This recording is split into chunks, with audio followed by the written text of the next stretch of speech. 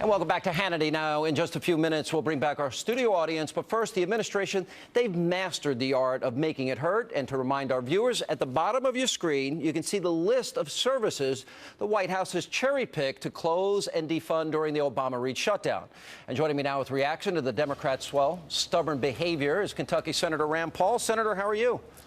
Good evening, Sean. Glad to be with you. You know, I find this pretty interesting. The president's golf course is open. No football, no baseball, satellite uplink for our troops. The World War II Memorial, Vietnam Memorial, those aren't open. Makes one wonder, what is your thought about how they prioritize this?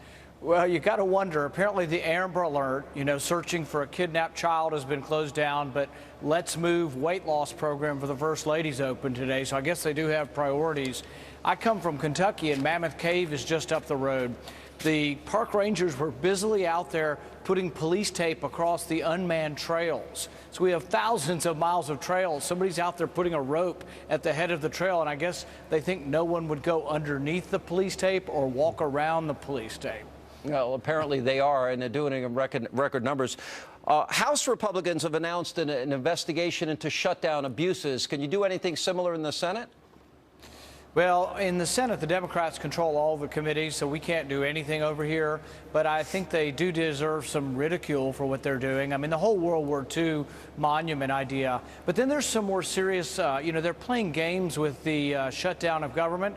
But what's more serious than that is they're also playing games with defaulting. And that does scare the markets. And I think it's irresponsible, the president or Jack Lew or any of his men or women, to go out on TV and say, oh, the U.S. might default. That's simply scaring the marketplace. We have never defaulted.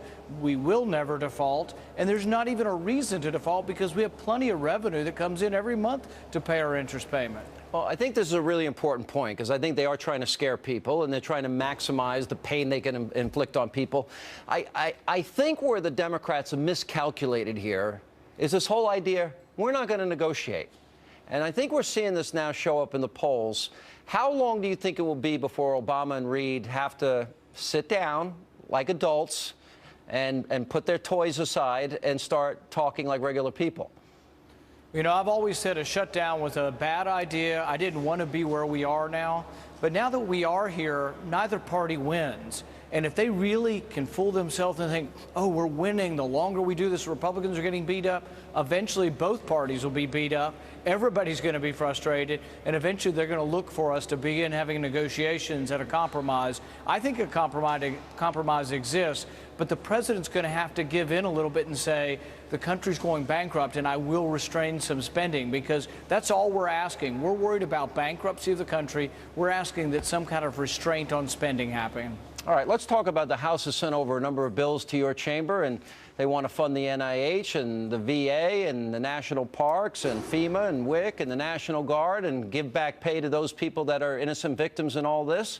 Is there any chance any Democrats are coming to you privately and saying, Senator Rand Paul, I'll be glad to help you?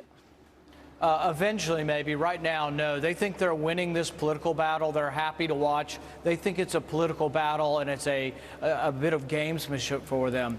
But what I would say, when you look at this and you look at what's happening with these things, they've been saying they want a clean CR, which is a spending bill without riders. All of the things that we're passing in the House that you just mentioned, Veterans Affairs, NIH, those are clean CRs. They're just small spending bills. And that's really the way it was intended to happen. Historically around here, we would pass 12 spending bills a year, and you couldn't shut down government if we were doing our job properly. If Harry Reid had brought forth appropriation bills, there would be no spending to hold his leverage, or there would be no shutdown. But he hasn't brought up any of the appropriations bills. All right, Senator, my advice and admonition is Republicans can't give in to this bullying, that the president, there are constitutional limits that he has, and the House has constitutional authority as well. So hold the line, and I hope, in fact, they'll do that. Thanks for being with us.